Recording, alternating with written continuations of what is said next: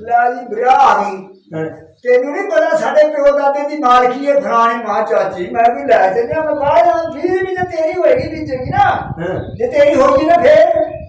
लगे रा प्रोग्राम करता है तेरे जटा छेड़ गया मैं जट बंदे का वही वाली दूसरी वाली जी कमरा के पास है तीनों डी ने खरीद दिया उसमें मैंने लाई आलू भी इसमें बीजा स्टार्टा लाई बड़े बड़े ब्याह कर दी रही बड़े महा ना तेरी है तो ता चाची जे तेरी है नहीं फिर में चल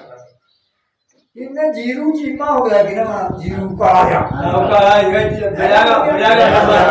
इसमें सारे ने स्टार्टा बढ़ गया हमारा 3-4 महीने कमरानी करी मैंने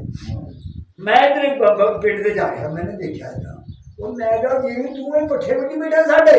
वो भाई साडे घर अज पै नहीं सी डंग पट्ठे का भैन मोगे सन मैं क्या भाई समीर सारे ला के तेरे पुत्ती पाई दातरी खो गए चाचा मलेशिया हो गई उन्हें मैं लै गया दोनों पाड़ियों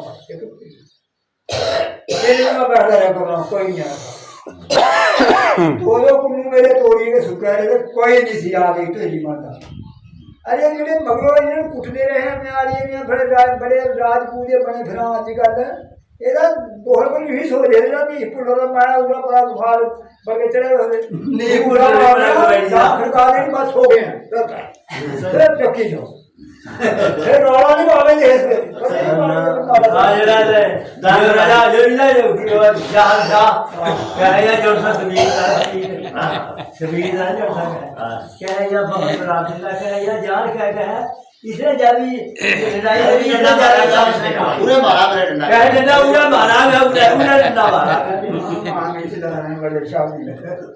और डंडे मारे वो कम आ गए अलग कम आ रहे हैं गल हां कोई ना के डंडे मारने के मरीज के वो जीवित हासिल नहीं करते वो जेडी जगह होती है पिछली पिछली लड़ाई हुई थी आशवीर साडी कितनी उम्र होनी मैं 84 साल नहीं अबे छोटे में बड़े हां तेरे छोटे तेरे भी तो छोटा था थोड़ी छोटा ये तो सामने पता फिर हाँ मेरी सारी होश है सारी हाँ ਤੁਹਾਡੇ ਪਿੰਡ ਕੀ ਮੇਰੇ ਮਾਜਰੀ से मेरे नानके दे गांव सुरा गए घरा की फकीर वाली वाले घरा की मेरी घर का पता अच्छा गफूर मिस्त्री के घर का मैंने पता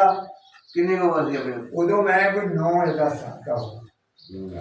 9-10 साल का है 83 नहीं साढ़े बड़ा बड़े नहीं 77 नहीं बनती 83 बनती कोई हान साले नहीं बनती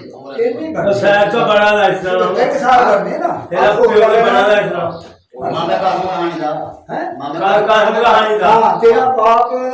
तेरा जानी सैदू यही कहानी थी हां कोई थोड़ी ये आप नहीं इधर पिंड कोड़ी का पिंड इना का सह दा पिंड अगे का सी लाके हो गया जाए देखते इना के पिंड को लाके सी मेरे नाम की मैं चले जाए तो कर ले अच्छा माजी जी बहुत है नाल हो के पिंड समझे और कुतबे कोटा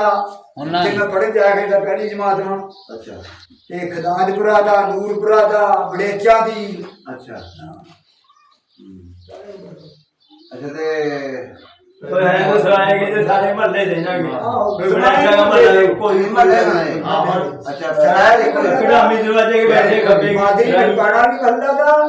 और मामगढ़ हां मामगढ़ और बैठे नहीं भी बैठे तो शहर चले गए तो हां शहर भी बैठे हैं मामगढ़ नहीं वाह बड़ा शहर हां हां और सारा तरीकी शहर था समाना उनके महल्ले थे तहसील सी को जिला थी ना मून पर बन गया वो में कस्बा की ना जिला थी अच्छा थाना वाना हर शहर पक्की सड़क बसा पटियाले समाने आया थे अच्छा पक्की सड़क थी जब तुझे उठो तो पता लगा ये